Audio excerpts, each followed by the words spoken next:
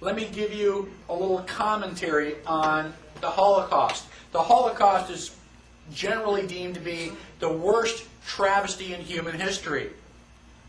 5 or 6 million Jews. I don't know what the actual count was, but it was a lot of people. They did a genocide. They tried to wipe out an entire race. Hitler did not take Germany by force. He did not drive in with army tanks. Hitler was elected. Anybody have any idea what the vote count was? What his percentage of the total was? 98% in Austria-Hungary. That's just about everybody. Everybody voted for Hitler because he was going to solve all their economic problems. Did Hitler get elected on Monday and start throwing people into ovens on Friday? No. It was a gradual process. The first thing that Hitler did was start to write newspaper articles. Everything that was going wrong was the Jews' fault.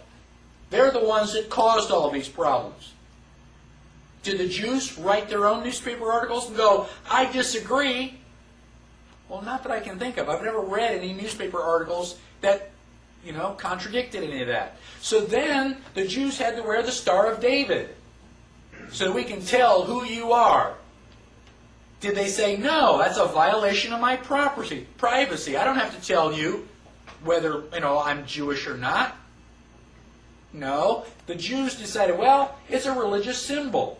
We love God. We should be proud to wear the Star of David. Eventually, the Germans came in and they broke all of the windows in all of the Jewish businesses in one weekend. Saturday night was known as Kristallnacht, which is German for Night of Glass. You couldn't walk up and down the sidewalks because they were filled with glass. Did the Jews rise up and say, now, damn it, you're violating my property. You shouldn't do that? No. Gosh, we don't want to make the Germans any madder than they already are. We want to just kind of go along to get along. Don't piss them off. They've got guns. Eventually, the Germans are loading them up into cattle trailers on the train. Where do you think you're going? On vacation? Where do you think they're going to take you? Well, now you're cold and naked and they're walking you into the ovens where you're going to go to mass execution. Is it time now to raise your hand and say, I tend to disagree with all of this? Bang! You're dead.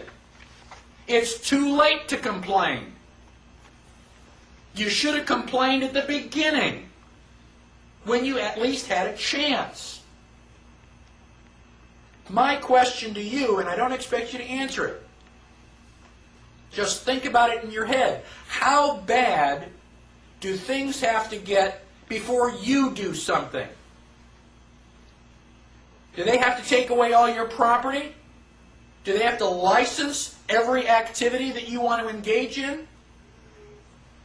Do they have to be throwing you on cattle cars before you start to say, now wait a minute, I don't think this is a good idea? How long is it going to be before you finally resist and say, no, I will not comply? Period.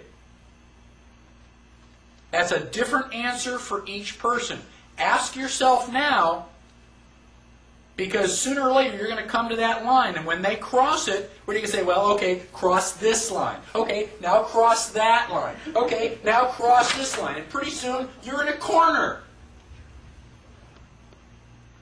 Sooner or later, you've got to draw a line and stand your ground, whether anybody else does or not. That is what liberty is all about.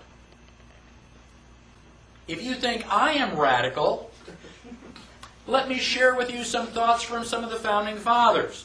Thomas Jefferson said, and this country with its institutions belong to the people who... Thomas Jefferson. And what country can preserve its liberties if its rulers are not warned from time to time that this people preserve the spirit of resistance? Let them take arms.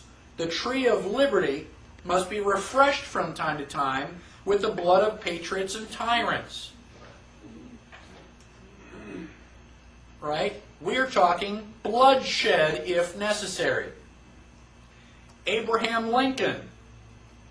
This country, with its institutions, belongs to the people who inhabit it.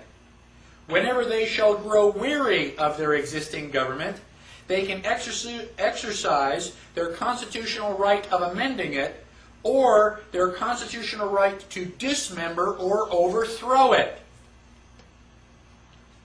He also said, we the people are the rightful masters of Congress and the courts, not to overthrow the Constitution, but to overthrow the men who pervert the Constitution.